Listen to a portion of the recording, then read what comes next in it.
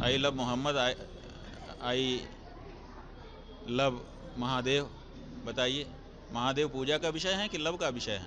ये महादेव की अवमानना है, मोहम्मद की हमको नहीं पता है, मोहम्मद वाले जाने। ये महादेव का असम्मान है, महादेव का अपमान है।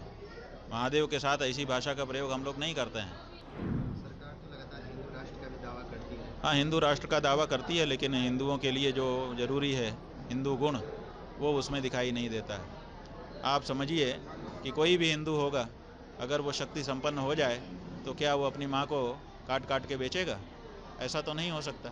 लेकिन इस सरकार ने ये दुर्लभ उदाहरण पूरे विश्व के सामने रख दिया है कि हमारे पास ताकत भी है और अपने आप को हम हिंदू भी कह रहे हैं, फिर भी गौ हत्या करके गौ मांस का निर्यात कर रहे हैं। तो ये जो कार्य है, इससे पता चलता है कि ये सरकार कहती कुछ है और करती कुछ है।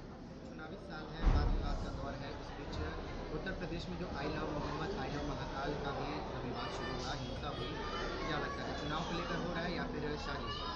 ये असली मुद्दों से जनता का ध्यान भटकाने के लिए। I love Mohammad, I love Mahadev. बताइए, महादेव पूजा का विषय है कि लव का विषय है? ये महादेव की अवमानना है, मोहम्मद की हमको नहीं पता है, मोहम्मद वाले जाने। लेकिन महादेव, आई लव महादेव कहना क्या महादेव का सम्मान है कि अपमान है? ये महादेव का असम्मान है, महादेव का अपमान है। महादेव के साथ ऐसी भाषा का प्रयोग हम लोग नहीं करते हैं। भारत पाकिस्तान के बीच जो स्थिति है, इस बीच क्रिकेट मैच भी हुआ एशिया का, पूरा अब देश देखिए इसके ना, विरोध में था। देखिए, पूरा देश जो है अभी दुख में पड़ा हुआ है, और आप जो है जिसका नाम ले रहे थे कि यही शत्रु है, इसी ने ये सब किया है, उसी के साथ क्रिकेट खेल रहे हैं। क्या कहा जाए? भारत की सरकार भारत के लोगों की भावना के साथ कहाँ खड़ी हो पा रही है? लगातार चुनाव होता है तो सत्ताधारी और विपक्ष विवाद करते हैं। विपक्ष एक बार फिर चुनाव में नेपाल में हिंसा में जो जेनजी जो युवा थे, युवा पीढ़ी को फिर लाने की बात कर रहे हैं। नेपाल जैसी हिंसा भारत में करने की बात कर रहे हैं। देखिए, नेपाल हो चाहे भारत हो, हिंसा के जरिए अपने लक्ष्यों को प्राप्त करना सभ्य समाज में अस्वीकार्य है। जो सभ्य समाज है, वहाँ पर हिंसा के जरिए अपने लक्ष्यों को प्राप्त नहीं किया जा सकता है। हम एक ऐसा लोकतंत्र देख रहे हैं जिसमें संसद भवन को ही फूंक दिया जाता है।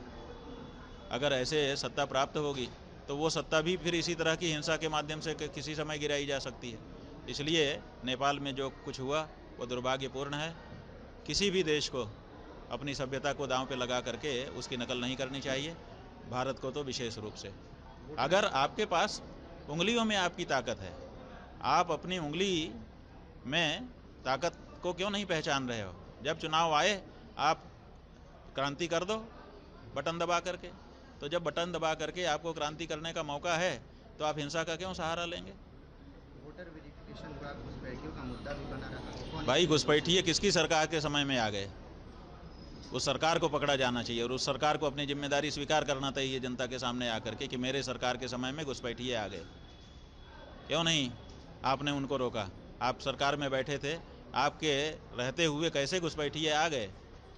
और आ गए तो आप उसको जिम्मेदारी लीजिए।